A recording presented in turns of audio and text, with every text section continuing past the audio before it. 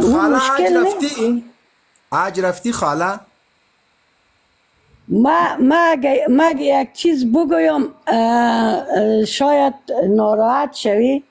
باور کنین از وقتی که مدرسه سر زنا بند شد، کار تحصیل سر زنا بند شد و صدای زن عورت گفته شد به خاطر دین، ما بیخی دین ترک کردم. الله اکبر.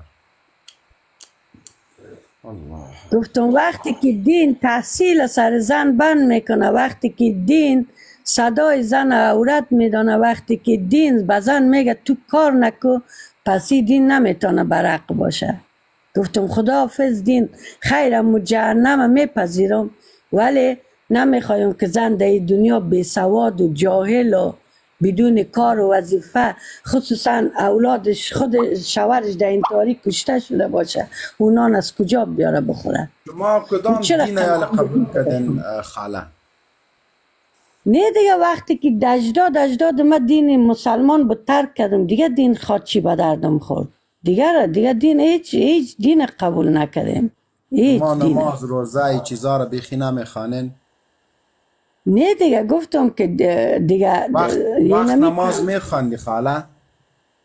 ما حافظ قرآن بودم، حافظ قرآن. و تو هم سوره بقره را برای ما بگو. خب اینو برات میخوانم. أعوذ بالله من الشيطان الرجيم. بسم الله الرحمن الرحيم. ألف لام ميم. ذلك الكتاب لا ريب فيه هدى للمتقين الذين يؤمنون بالغيب ويقيمون الصلاة ومما رزقناهم ينفقون. ببینن من این از حفظ دارم میخوانم، من حافظ بودم، دروغ نه. خواهر محترم، ما یک گپ برات از دل میگم. شما کوشش کنین دین ترک نکنین. اگر کرده باشین پس توبه بکشین. در اسلام تعلیم دخترها هرگز بند نیست. در اسلام همین چیزایی را که شما گفتین، دین اسلام یک دین مقدس است. ای که ما دین اسلام خنجر میسازیم و در شکم به مردم درو میکنیم، خیر فویگم چه غلطی ویله مشکل نست، خیر ده صحیح به یکی او بوایی دیگه. اینمی یک ریکوست برادرانه ماست، به خاطر خداوند میگم، به خاطر ازی که سر ما حق داری دین ترک نگویی، گپار نزن. از زندگی دنیا که است خواهر محترم یک چند روز است. ایرا ما باور داریم که میموریم، هر دینی که باشه مرگ است، این دین ماست. پس شما همی گپ اگه زدین، خدا نخواسته اگه دین ترک کردین، پس توبه بکشین، امرای متعهد کنین و زندگی که هیچ پای نداره او را خراب نمیکنیم. در دین اسلام تعلیم خانم ها، کتابات خانم ها، سبق و این چیزا بند نیست خواهر محترم. دیگه اینمی تقاضای مستق دیگه به خداوند میسپارمد. باور به خدا کو که دل ما درد کرد، بسیار ناراحت شد. چرا یک خواهر ما دین ترک کنه؟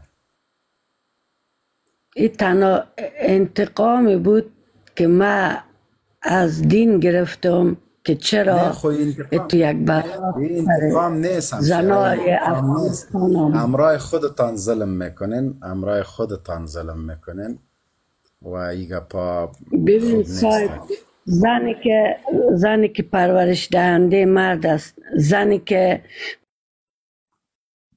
بسیار میبخشی خواهر محترم، ما از این بالاتر نمیتونم امرایت صحبت کنم.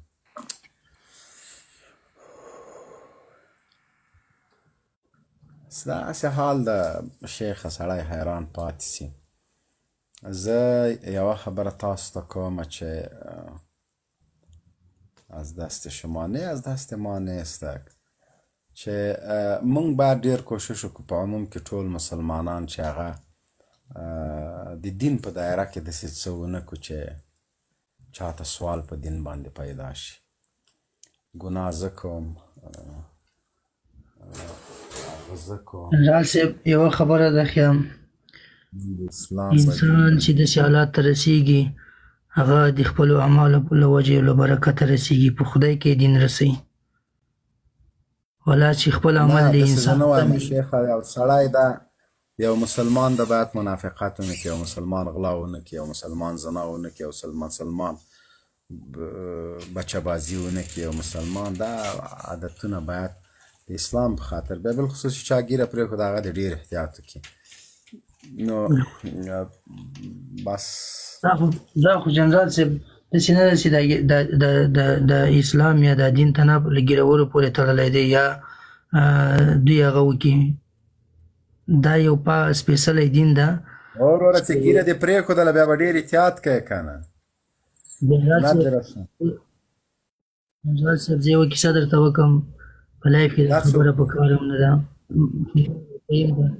فهیمه ښځو اواز سره مایک دی وتړی. جنرال صاحب په ټانګلوګر کې نه ده، په کابل کې وایي په دغه د شمسیانو مارکیټ ده که پام دې کړی په نامه د الو بابا مارکیټ ده. اوس به نه پوهېږم یي که نه یي به، قسم په الله سبحانه وتعالی درته کوم جنرال صاحب زر په کار نه وم. یو تبلیغي بچي ښځه راوسته، مکمله شپه ده د موږ په سرای کې وکړله، په خدای ورغلی م نصیحت مې ورته کړی، که ما غوښتې وای هر څه مې ورسره کولی سو. دا رقم کیسو سره زه جنرال صاحب ډېر مخ سوی یم، الله ساتلی یم. یاره زه ته اوس عجیبات ته چې همیش دلته راسې خپل تعریف کوې، د ځان تعریف علم کړی دی جنرال صاحب، علم کړی. شیخ اجازه راکړه، شیخ اجازه راکړه، ما تعریف کوه زه به د تا تعریف کوم. جنرال صاحب سلامونه او نیکې هیلې ټولو ته. ولا دغه خور یا مور یا ترور چې کومې خبرې وکړې زه خپل هم ډېر زیات خفه کړم، او چې روغتیا خبرې که څه هم خدای د ورته د نیکو هدایت وکړه دې ته، دا په دې معنا نه ده چې زه د راپاڅم یو ظلم د وکړم او یو څوک د راپاڅي بیا د وایي چې یاره لکه دا د شینواري دا ظلم وکړه ځکه دا مسلمان و زه دا دین پرېږدم. نه دا خوش خبره ده، دا خوش خبره ده.